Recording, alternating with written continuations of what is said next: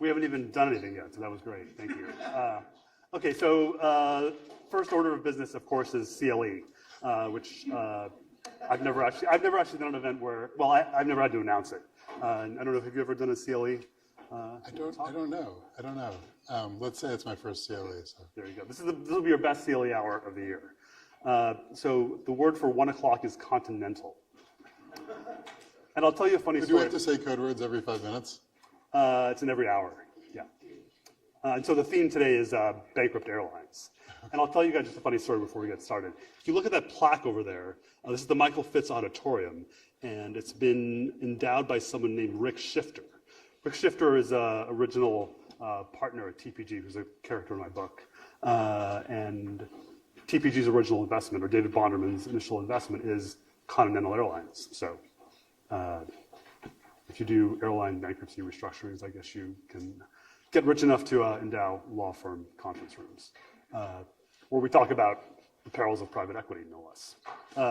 So I'm Sujeet Indap of the Financial Times. I'm great to be joined by Matt Levine, a man who needs no introduction, of course, of Bloomberg Opinion, writes the must-read and brilliant newsletter every day, Money Stuff, which even on his off day today, he had to put one out because of Elon. So. Talking about Elon for an hour. And so this is. Sorry, I'm having trouble hearing. Do you have a microphone? I think so. Can you hear me? No. Hello? I'm on.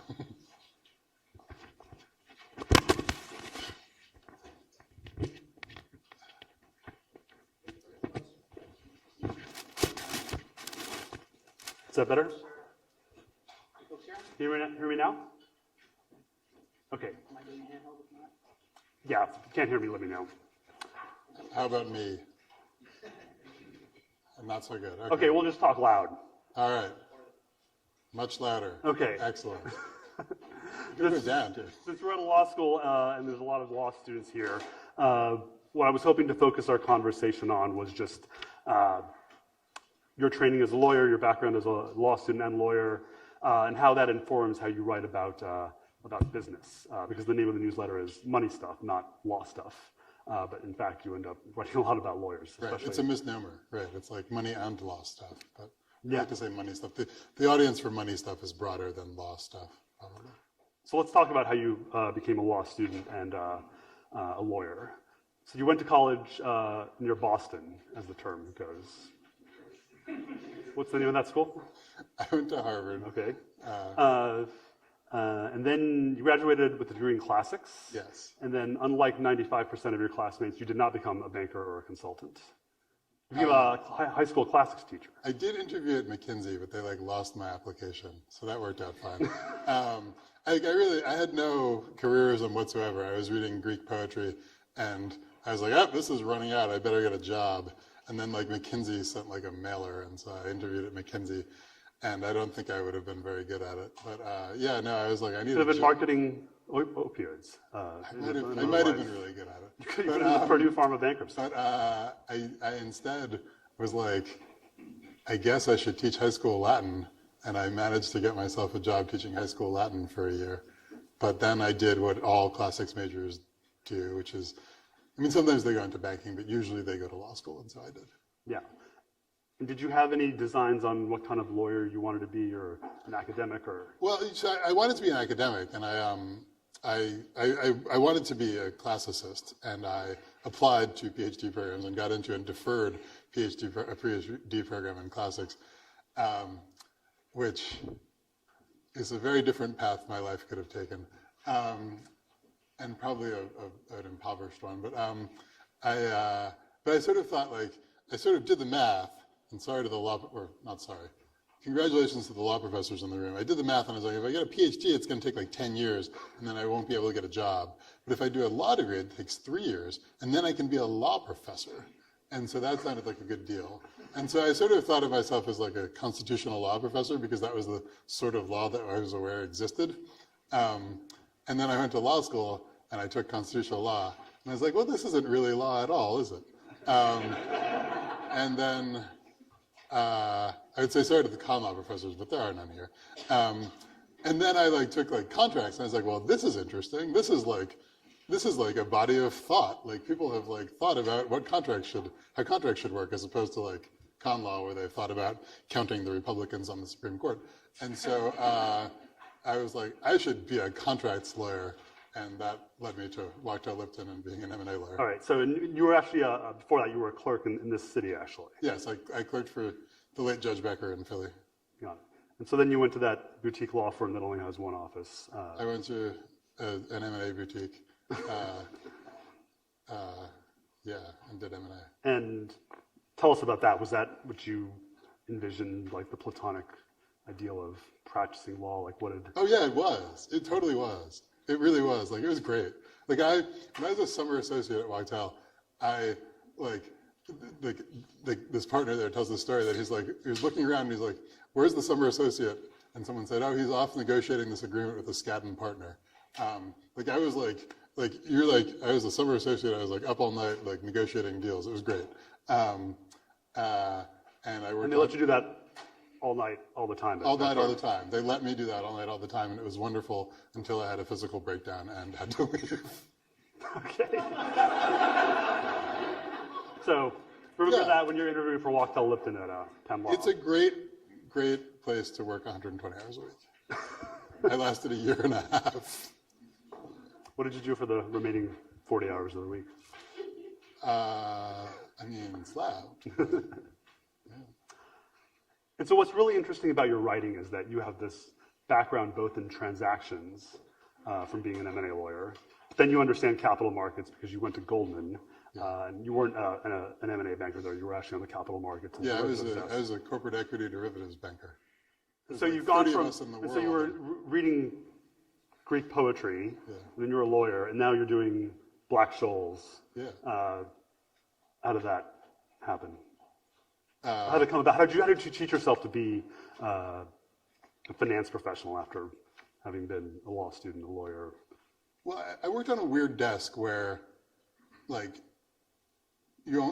it's very much an apprenticeship job where I wasn't doing LBO models. I was doing I wasn't even doing classic derivative trading. I was doing corporate equity derivatives, which was weird beasts that only exist there.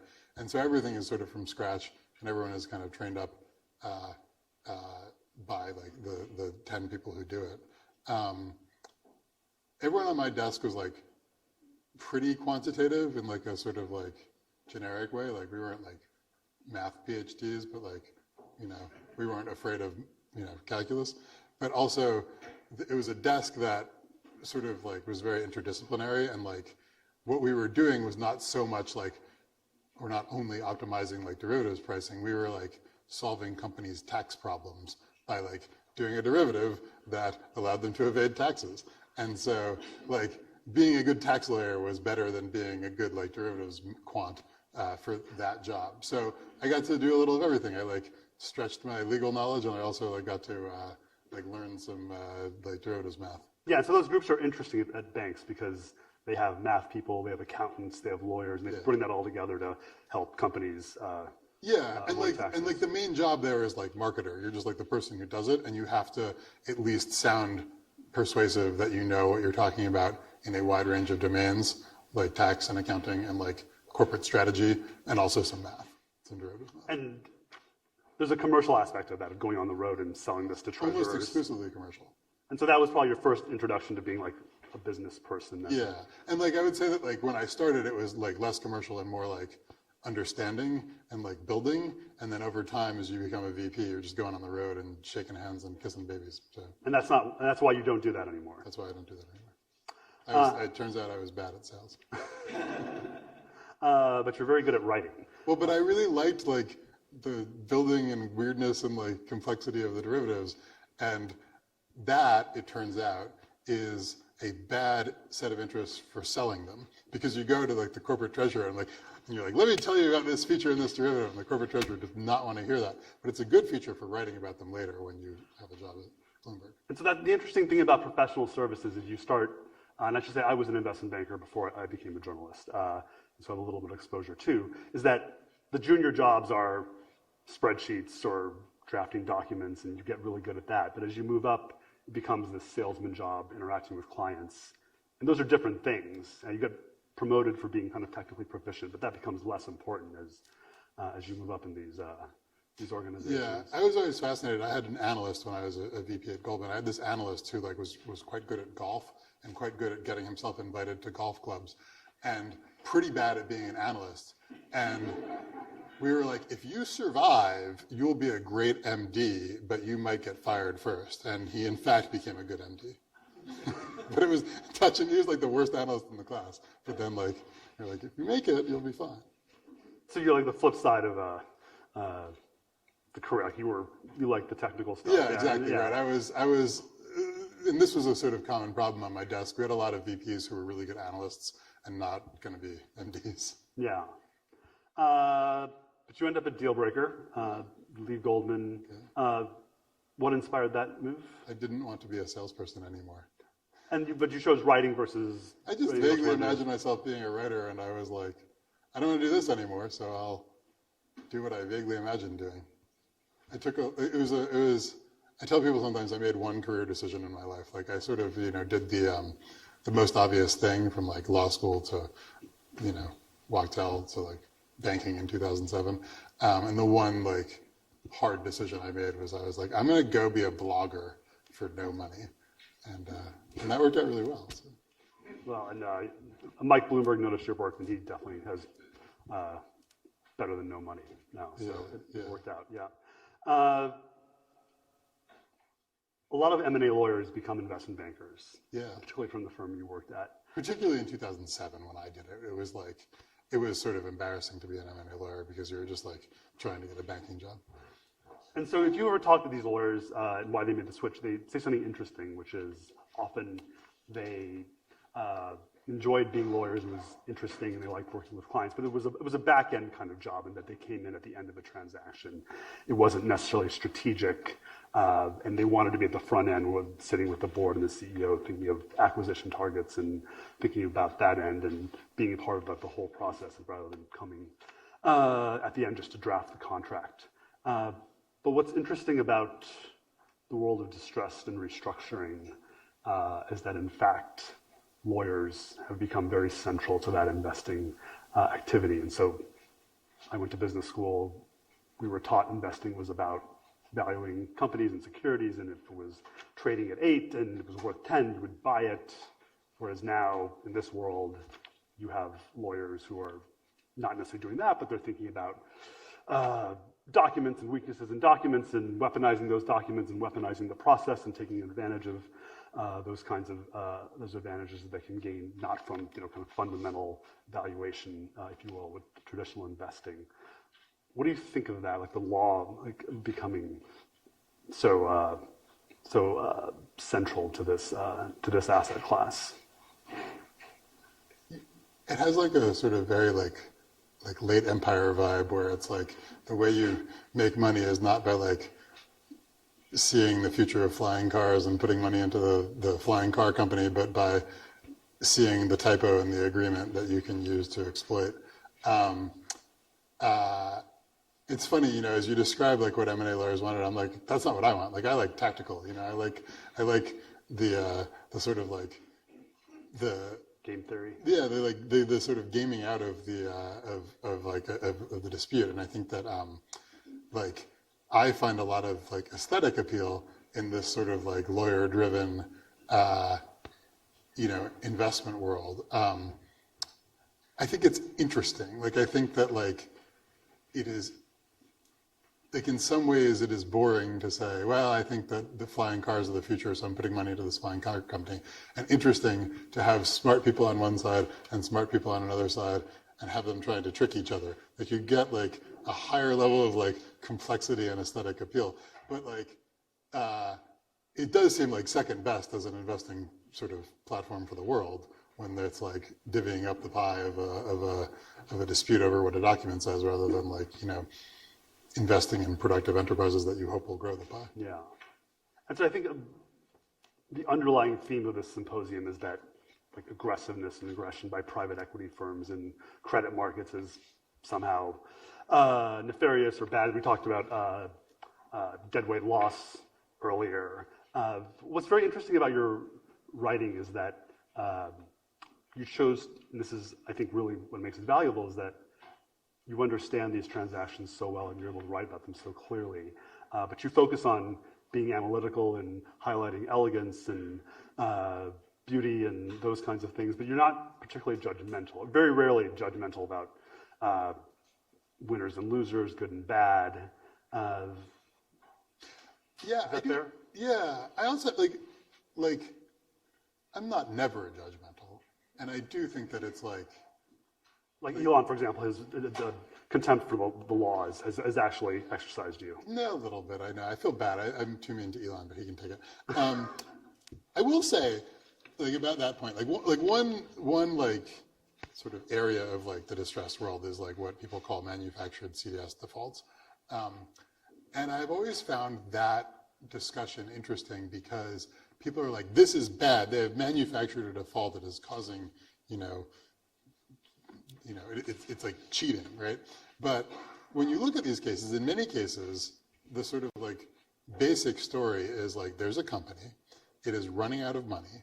Some hedge fund comes to the company and says, here, have some money so you can continue to operate. And in exchange, you have to like pretend to default on your debt for 20 minutes so that we can get a big payoff on our CDS, right? And like, is that cheating? Sure. But like the real world consequence of that is like actually keeping the company operating, right? Like it's saving the company from distress.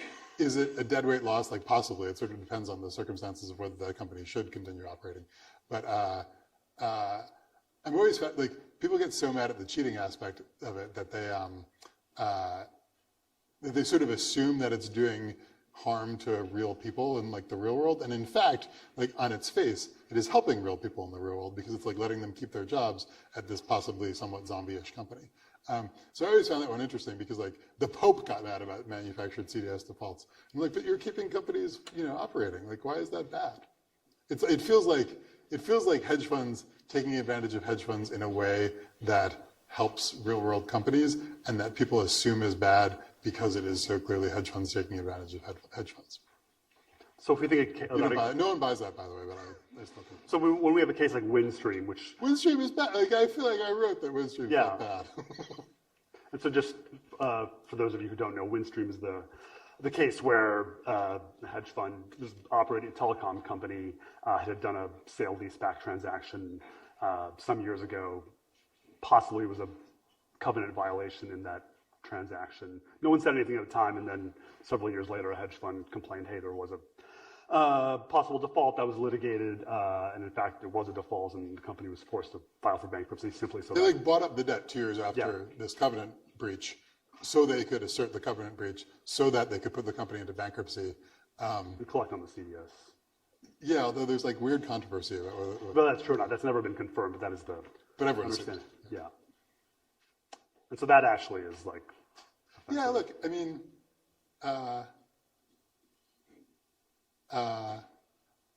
you're right. I don't feel like. I agree with you that in general, my take on things is more about like the sort of like aesthetics and complexities of them than as being like this is bad hedge funds. But I do think that on balance, it is nice when a hedge fund screws another hedge fund in a way that keeps a company alive, and somewhat sad when they do it in a way that Windstream is just bopping along being an operating company, and a hedge fund is like, we needed our CDS payout, and they put it into bankruptcy. Yeah, not only that, those deals, they're competitive. There's multiple groups competing to help the company, and like there's someone, if it wasn't A group that did the manufactured default, B group would have done because they were competing for the best package. Yeah, this is my favorite dynamic in these deals where you have someone being like, we'll pay you to default on your debt for 20 minutes. And then someone else who's like on the other side of the CDS trade says, I'll pay you more not to. And then you can have like a very, you can have an auction among sophisticated hedge funds to give the most money to a sort of middle American company.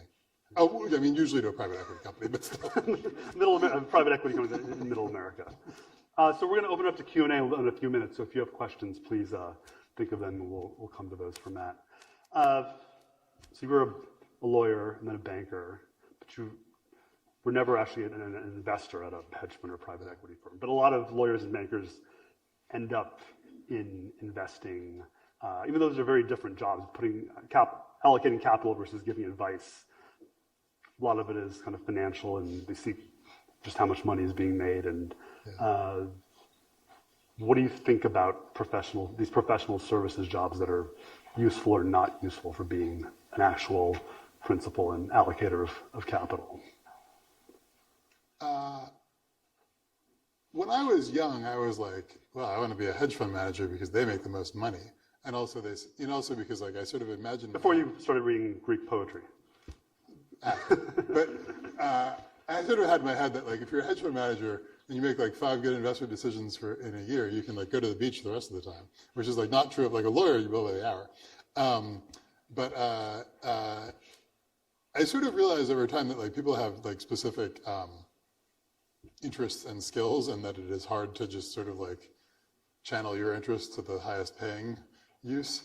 And like I like the professional services, the really valuable professional services goes up in like issue spotting and like identifying of risks, and that is not always productive. Like in some ways, like what I do now is noticing issues and being like, that's weird, huh? Which is like sort of a skill that you learn as a lawyer, and is somewhat damaging as like an investor, where like you sort of have to make decisions under uncertainty, and like being aware of all the risks is good, but being sort of mainly interested in them is like, is sort of counterproductive. And so this came up in the earlier panels, but just the role of lawyers and bankers as gatekeepers in these transactions that are becoming more and more aggressive, either in M&A or in distressed and restructuring. Do you think the advisors have some responsibility to lower the temperature or think of the greater good as opposed to whatever their narrow client interest need is, or should they? Because there is really an arms race, and this is, I think, what this conference is about, is an arms race in how these documents are drafted, and the law firms compete with each other for the craziest structure, and the bankers are doing the same thing, and the buy side obviously welcomes it. Do you think that what do you think bankers and lawyers should be thinking about when they're? Yeah, it's interesting. When I was a banker, in addition to doing weird corporate equity derivatives, I was a corporate bond underwriter. A convertible bond underwriter. And there's like 6 banks that underwrite convertible bonds, and there's like 6 law firms that do those documents. And I was like the person who sort of like read the document on our side. And my view was that I was like there to represent the market and to get the fair result in the document, and that I was the sort of like neutral arbiter of what is a good and fair result, because the company didn't know anything, the investors didn't know anything, and in 5 years, if something terrible happened, everyone would complain about the document, and I wanted to be able to say the document was good. But like, I was like a VP at Goldman, and no one told me that, and like, I was just like a guy, like the arbitration of what is fair in the market is like weirdly under theorized and under enforced. Like I was trying to get fair results. Like I was like, I will balance the interests of my client who's writing me a check with the interests of the investor clients who I've never met, in order to make sure this document is not investor friendly, not company friendly, but fair. And I don't know, man. Like that's a weird system. And I don't think that was a universal thought. Like that's what I thought. And I think that like, I think it's tough for like, for in these situations where they are hotly contested, right? Like where people are paying attention on both sides, I think it is difficult for intermediaries who are getting checks to say, we're going to be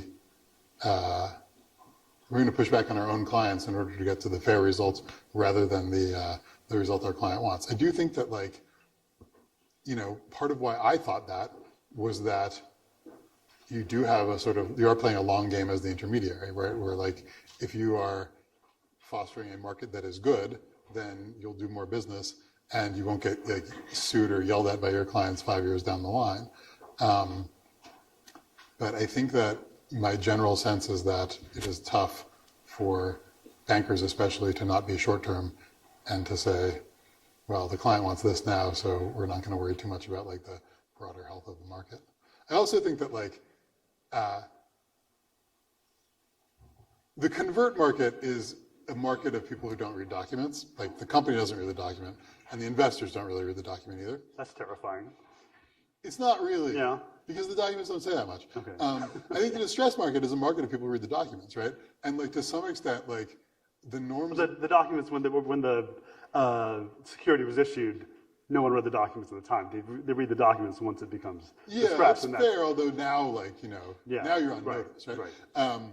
And I do think that, like, the norms of this market, of the different markets matters. Like, where if you are, you're buying, a leveraged loan of an Apollo buyout, like, you can't be a naive convert investor. You have to, like, read the document. And, like, I think that to some extent, if you're the intermediary there, you can be like, this is a sophisticated market. People are on notice. I don't know.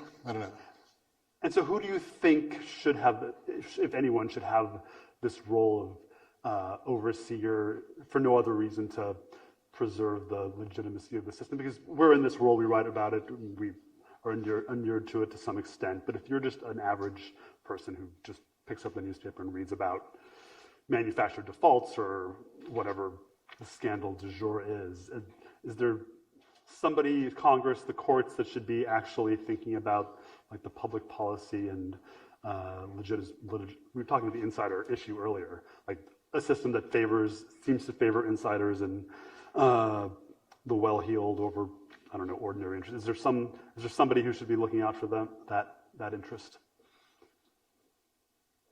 I do think that, like, the banks, as, like, sort of the repeat players who sit in the middle of all these things, like, again, like, my perception of, like, what a bank should be doing as an underwriter was, perhaps a little bit more moralizing than, like, what banks actually do when they syndicate leveraged loans. But, I think in general, like, these things get resolved in courts. I do not have the impression that the SEC is particularly well suited to, like, craft rules on, like, fairness of CDS manufactured defaults. I could be wrong, but that's my impression. I think that, these things end up in court, and I think that, courts have some interest in, like, considering policy considerations and, like, in resolving, like, narrow contractual questions, but, like, that is also fairly scattershot.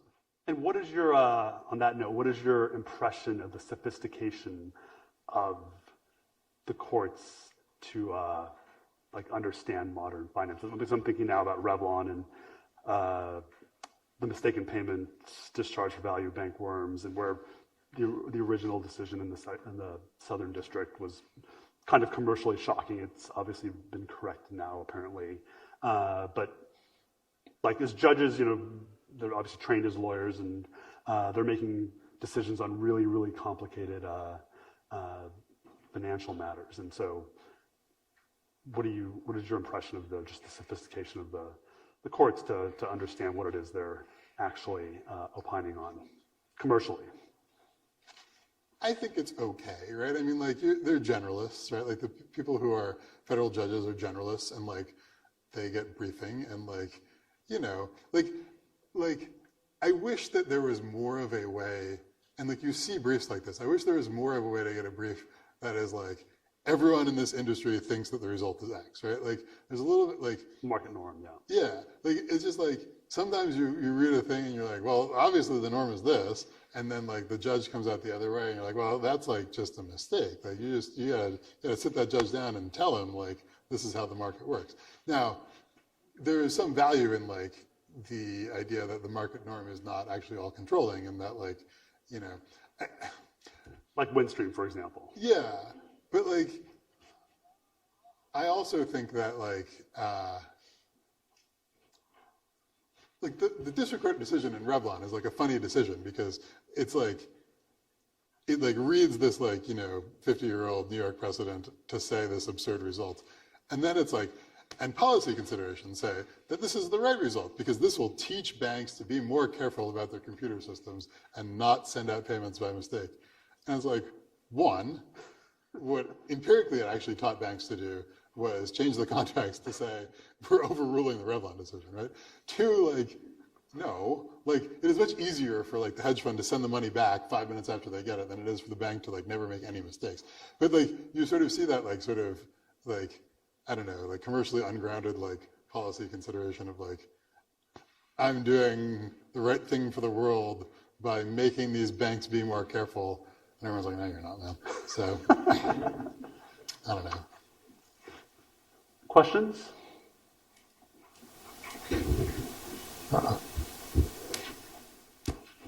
That's it. I want to come back to Sujeet's comment about how Matt generally is not judgmental. I would disagree because I think you're very good at laying in some subtle kind of, no, don't do that. You know, I really love that. But I will say that I think you have an approach that's grown to be very equivocal.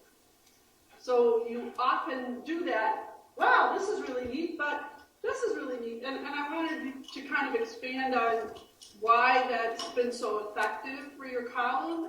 And is that you, or is that part of just writing for a major media organization? Oh, no, that's me. I like to say I'm an opinion columnist with no opinions. I don't know, like, I come to this from the perspective that the world is interesting.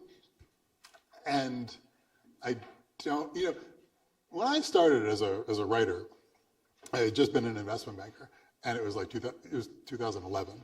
And the world that we lived in was basically everyone, all of financial media being like, the one thing to take away from this article is that banks are evil. And I was like, I'm not evil, like I just worked at a bank. And, and in particular, I worked on complicated derivatives at a bank.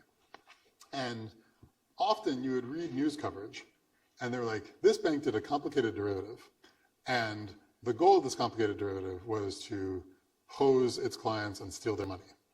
And I was like, no, I do complicated derivatives. The goal of these derivatives is to evade taxes for the client. And I'm like, one, that's like arguably a less evil story. But two, it's a more interesting story. Like, I wanted to be like, no, if I could get the reporters in the room and sit them down and be like, it's actually much more scandalous than you think, but it's more interesting. So that is sort of like the mindset that I came to it with, which was just like, it's not as evil as you think, but it's interesting. And I think that's sort of like carried through ever since, where like my goal is to like so often like you read stories about financial things, and like the implicit point is that the people doing these things are evil. And I'm like, well, they didn't like get up in the morning and be like, let's do some evil, right? Like they had some reason for doing this transaction. So like, let's try to figure out what the reason was and describe it in neutral terms, because like, that's like what they're thinking. And like, if you understand what they're thinking, you understand more about the world than if you're just like, oh, those banksters are evil. So I don't know. And so it's about incentives, right? The incentives Yeah. is it's not. And incentives, and it's like, and like, but like, incentives makes it sound like, yes, this result is evil, but let's explain how these people became evil. And it's not always even like that, right? It's often like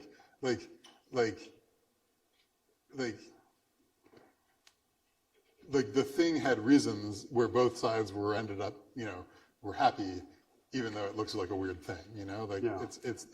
it's not even about incentives. It's about like understanding what the actual sort of goals of the transaction are, rather than just like saying complex derivatives. Good. I'm curious, it's a fascinating career. We're lucky we have a lot of students here. Yeah.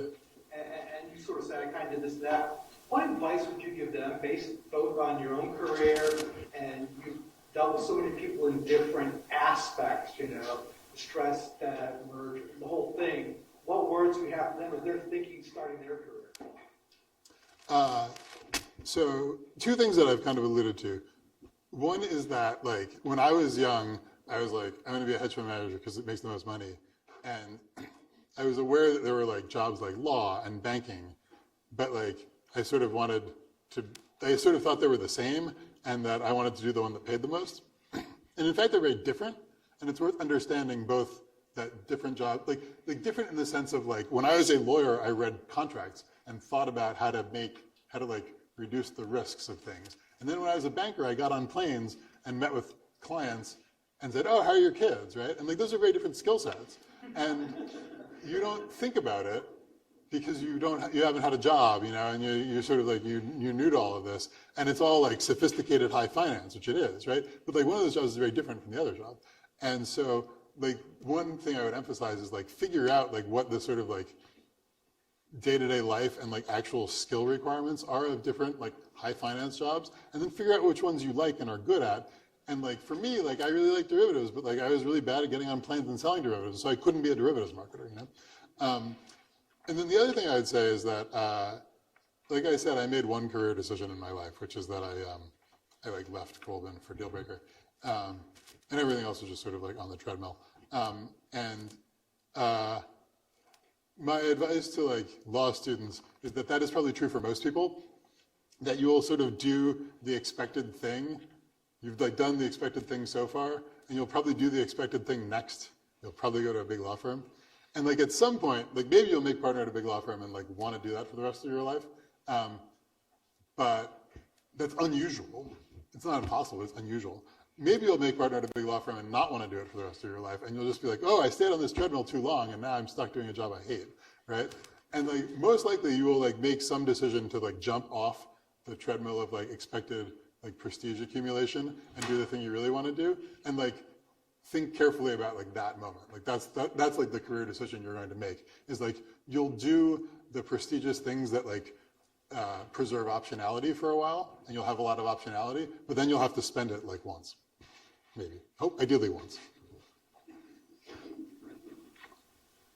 Dan? So 5 p.m. October 28th, does Elon close?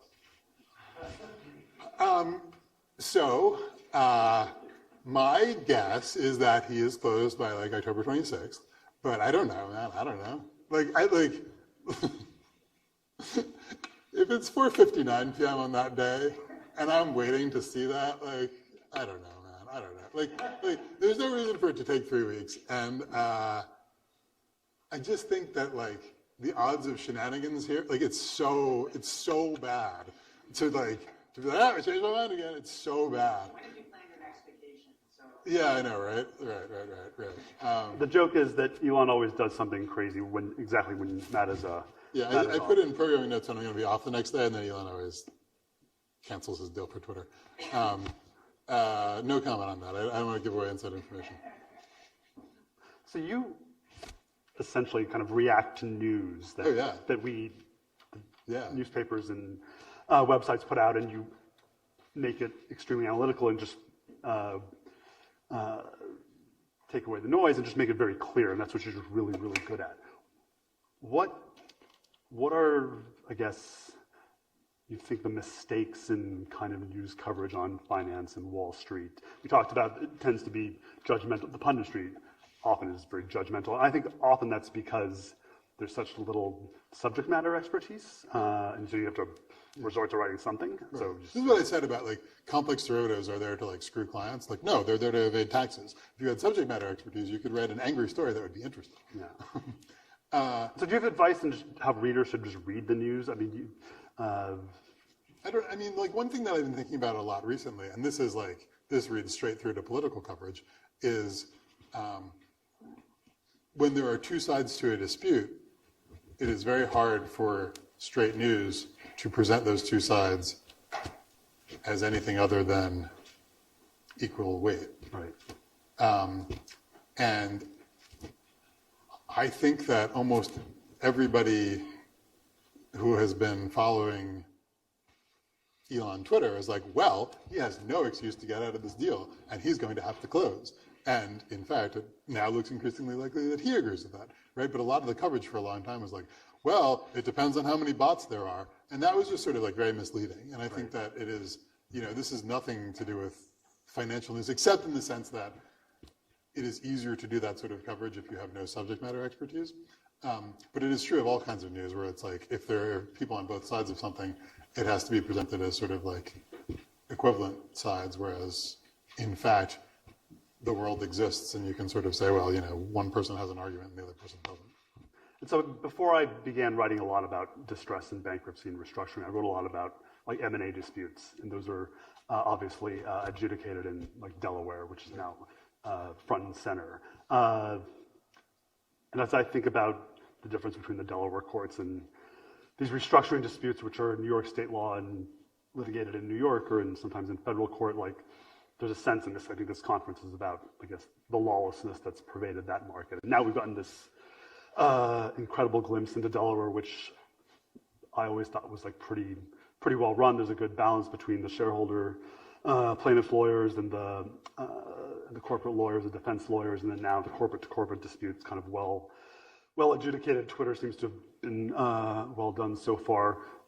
Do you have a view like why Delaware seems to work pretty well? Maybe to the Well, extent it's a that much comes- more specialized court, right? Yeah. I mean, like if you're a federal judge, you're like a former prosecutor, and like you're not sort of spending all day thinking about business issues. And Yeah. like, once you get a business case, and you're like, I'm going to make my mark on this. Also, like, I think that there's a real clear sense that like Delaware is in a particular business where like, I assume every citizen of Delaware gets up every morning and is like, we need to get more corporations to incorporate here.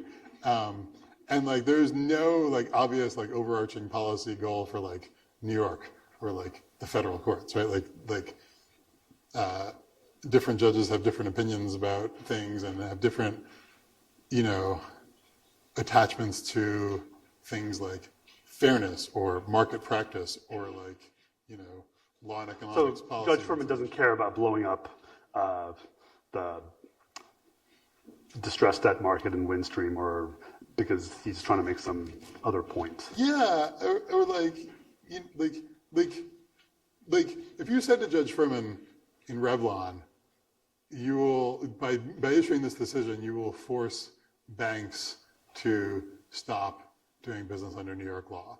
I think one, he would laugh at you correctly because that's not true, right? And then two, he would be like, what do I care if banks do business under New York law, right? Whereas like, if you went to like a chancellor in Delaware and were like, if you do this, companies will stop incorporating in Delaware. Like she would like lose her mind. Like that's the most important thing in the world for a Delaware chancellor. So I think that like there is a clear sense of mission in the Delaware courts that is absent in like more generalist, courts in states that have other things going on besides incorporations.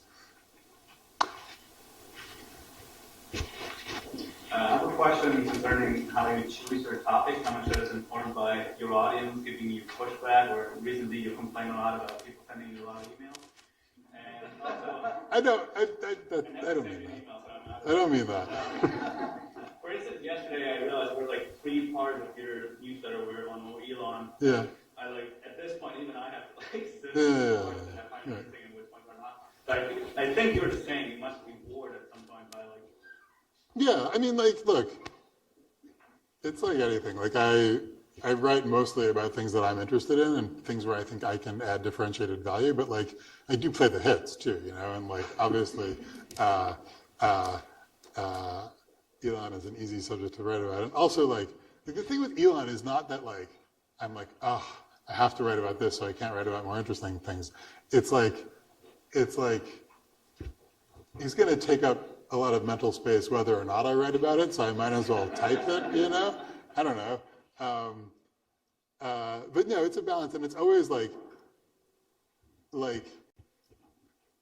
there are always topics where people are like, I love the Elon stuff, and then other people are like, I'm so bored of the Elon stuff, can you stop? And I'm like, I sympathize with you, but like, Elon's going to put my kids through college, so, Can you share how many subscribers there are to Money? I don't think I can. Okay. Sorry. Okay. So what are some of the ways that you get feedback to your writing? How does that shape, what you Elon texts me every day. No, I mean, I mostly get emails. Email is the most useful. I'm on Twitter and people reply and DM, but, people email me and people send me Bloomberg IBs and I tell people that the best emails I get, the subject line is check out this 8K or you'll enjoy this 10Q. Because it's if they're naming the SEC forum in the email, they're not a crackpot. Or they might be a crackpot, but they're my kind of crackpot. And if they understand that aesthetic enjoyment of 8Ks is my thing, then that's those are definitely my people. But no, I get feedback by email and I try to be, I try to be responsible. You get an email, does Bloomberg let you know after this post you lost 10 subscribers? Oh no, I don't get any sort of my job is not quantitative in the sense of clicks or opens or losing subscribers. I don't think I lose a lot of subscribers. I try not to be offensive, So how do you write in a way that appeals to experts and all the professionals at the same time? Obviously, general interest people use you to understand things like is there a trick to that? No, I mean, over time, I've become less interested in signaling to experts that I understand that I'm an expert, because one, I have Did you care about that at one point? Oh yeah. You want to be, I don't know, early on, it was very important to me to use the word EBITDA and capitalize it correctly, because the way you describe the EBITDA, it's an important word to use, and if you're tiptoeing around it, then it sort of suggests a lack of expertise. And then eventually I sort of let go of that, although I still don't like capitalizing it in the weird journalism way, which I think the FT has abandoned, right? The FT now capitalizes EBITDA normally, all caps. I have no idea what we do. Doesn't move journalism. Yeah, but we don't have to spell out earnings before interest taxes. Anyway. Point is, I used to be more interested in signaling expertise, and now I'm well, I've been doing this column for a while. People believe it or they don't. The other thing that I really think about is the sort of best thing you can do is explain something from first principles in a way that conveys it to non-experts without being super technical, but that also gives experts a perspective on it that they wouldn't have thought of themselves because they're too close to it, where you can sort of capture the deeper intuitions of what is going on in something, rather than talking about the mechanics of in a technical way. I think sometimes that is the best thing that I'm trying to do is just sort of get to the core intuitions of some trade in a way that a practitioner will be oh, I hadn't thought about it that way, but that does capture the sort of essence of it. So you talked about at one point aspiring to be a hedge fund manager, which you thought they made a lot of money. Right. In fact, you're not a hedge fund manager. By journalism standards, I presume you do well. But you're extremely influential. And so what's interesting about being a journalist is that you will, especially financial journalists, is you will meet successful bankers, lawyers, finance people, and they have every material good they can imagine, but they yearn to be influential and a thought leader, if you will, and they reach middle age or whatever, some sort of graduated status, and they realize nobody knows their name or why they're so brilliant. That's a path obviously you could have chosen, but you've chosen to be the most influential person in financial journalism. What have you ever thought about the trade-off between having accumulated material wealth versus just doing the job you like and being important? I mean, sure.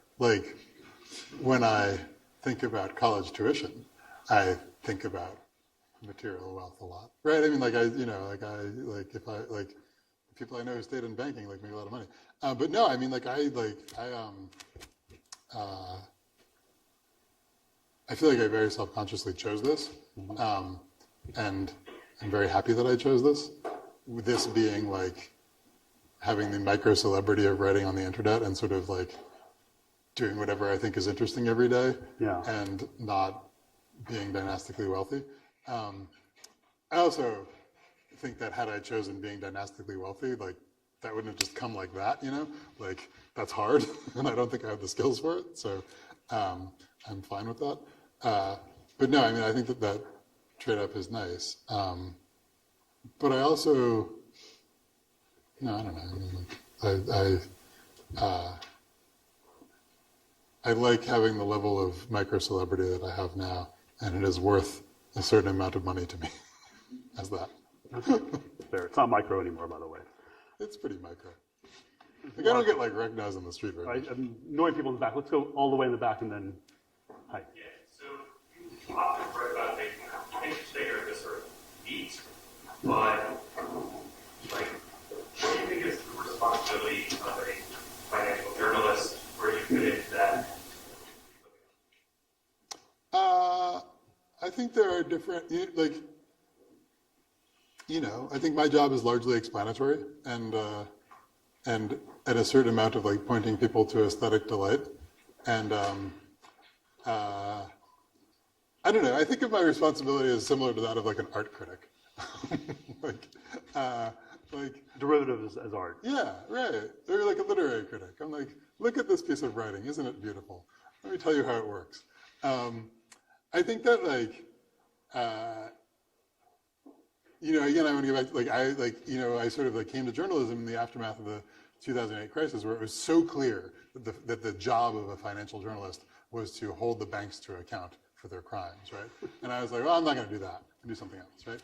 I think that like it is clear that like in the ecosystem of financial journalism, probably you should have some people whose job is to hold the banks to account for their crimes to the extent they do crimes, right? It doesn't have to be me, right? And like to me, if I am helping people have a mental model for how finance works, then like that is useful in a lot of ways. One of which is that then when they read the person holding the banks to account for their crimes, they can understand what the crimes are, right? So I don't think that there's like a sort of unitary responsibility of like all financial journalists to do like a thing that is sort of like core public interests, accountability journalism, and like my job of explaining and making jokes, I feel like adds some value too. But I could be wrong. And like there are people who don't like it because they're like, you're making too many jokes about these banks who are doing crimes, and like that's a respectable position. In the front? So focusing on the actual analysis of periods, are you still going deep in dots yourself, or do you have like a separate research team? Oh no, man. I just on the SEC website, man. Where do you have like a research team distilling on it? Research team, wow. No, it's me. It feels like he has It's just me. Well, it This feels is like me. he does have a research team because you write 5,000 words by noon. We need an editing team. It's me, and like I could probably have minions, but like the product is like my stupid sensibility, and so it's like very hard to delegate any aspect of that. Like I wish it wasn't. I have a follow-up similar question. Is how do you structure your time in terms of researching, writing, revising every day? I don't really. I mean, like I structure my time in terms of like having children constantly. No, I mean, like it's fairly, like it's like I wake up and I type, and ideally I'm like typing in the morning, and then in the afternoon I'm sort of like thinking of things and preparing things for the next day. But it is pretty unstructured, and like the real answer is like I structure my time around panic, and so I wake up and I'm like, today is going to be the day it doesn't work, and then that is motivating enough to try to make it work. But not very structured. Middle here. What part of your career do you think most influenced the way that you see the market in the world? So, I mean, it's hard because like my instinct right now is to say, well, I was an M&A lawyer at Wachtell for 18 months, and now all I do is write about remedies in M&A law. But no, the real answer is that when I was at Goldman, I was like in this very weird desk, where, as I said, it was very multidisciplinary, where like doing derivative structuring, we're talking to the vol traders to like build derivatives products. We're like talking to the convert salespeople so that we can like underwrite a convertible deal and sell it to the market. We're talking to M&A bankers because like their deals will blow up our derivatives. we're doing like dumb tax stuff, we're doing dumb accounting stuff, we're like very focused on corporate law and securities law.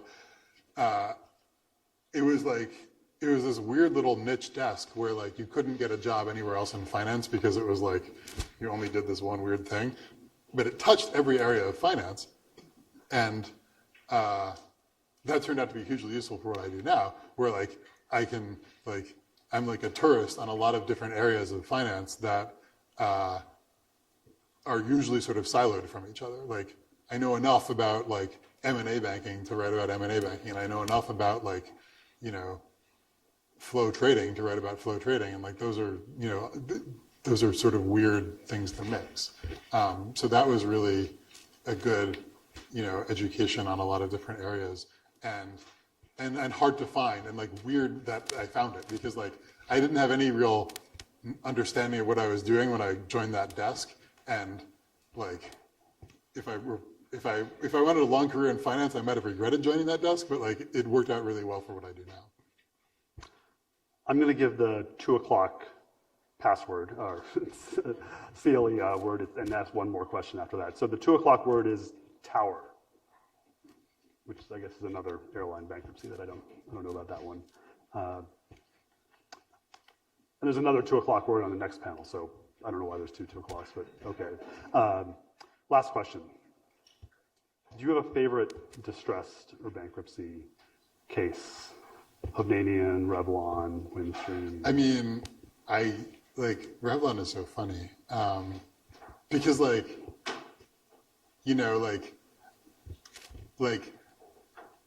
I joked about Revlon at the time, like this conference is about like very smart people on two sides of a trade finding like subtle advantages and like pressing like details of documents. And then in Revlon, the subtle advantage was like they sent them the money, and in fact that was very subtle, because like obviously you just send the money back, but like some of those creditors were like, what if we didn't send the money back? Well, and that's the point, right? Because the dispute is from the lenders who didn't send it, and those are the people who were damaged in the Brandco deal. In a normal world, they would have been innocent. But in fact, this was how they pressed advantage by keeping the money. Right. Like had this been out of the blue, they probably would have sent the money back. But because there were like important disputes about like being primed in like the sort of debt restructuring, they could say no, we'll just keep that money. And it's just funny from you sort of read the story of how the city employee pushed the wrong button, and it's just like it's just horrifying. Like these back office city employees have never heard of these hedge funds, and they're like central players in this drama. And the thing that they did was very understandable. It was like they checked 2 of the 3 boxes they needed to check, and none of these boxes were labeled well. And so they sent out like $500 million and like got themselves embroiled in a 2-year court case. But no, I like Revlon a lot, because it is that it's like the sort of simplest possible form of like all distressed debt fighting. I also like the cases like Sears is one of them, where it's like so clearly an auction between like people on one side of the CDS and people on the other side of the CDS, and they're competing to give money to the distressed company in the middle of it. Like I find that very satisfying. Like I like that like the hedge funds are like outbidding each other to like just hand money to Sears. And in Sears, there was a particular case where they were like actually auctioning off these like weird bonds they found, where it was like a literal auction. Right. But like in general, I like the cases like that where there is a sort of competition among the people on both sides to fund the company. So we are out of time. Thank you, Matt. That was excellent. Thank you.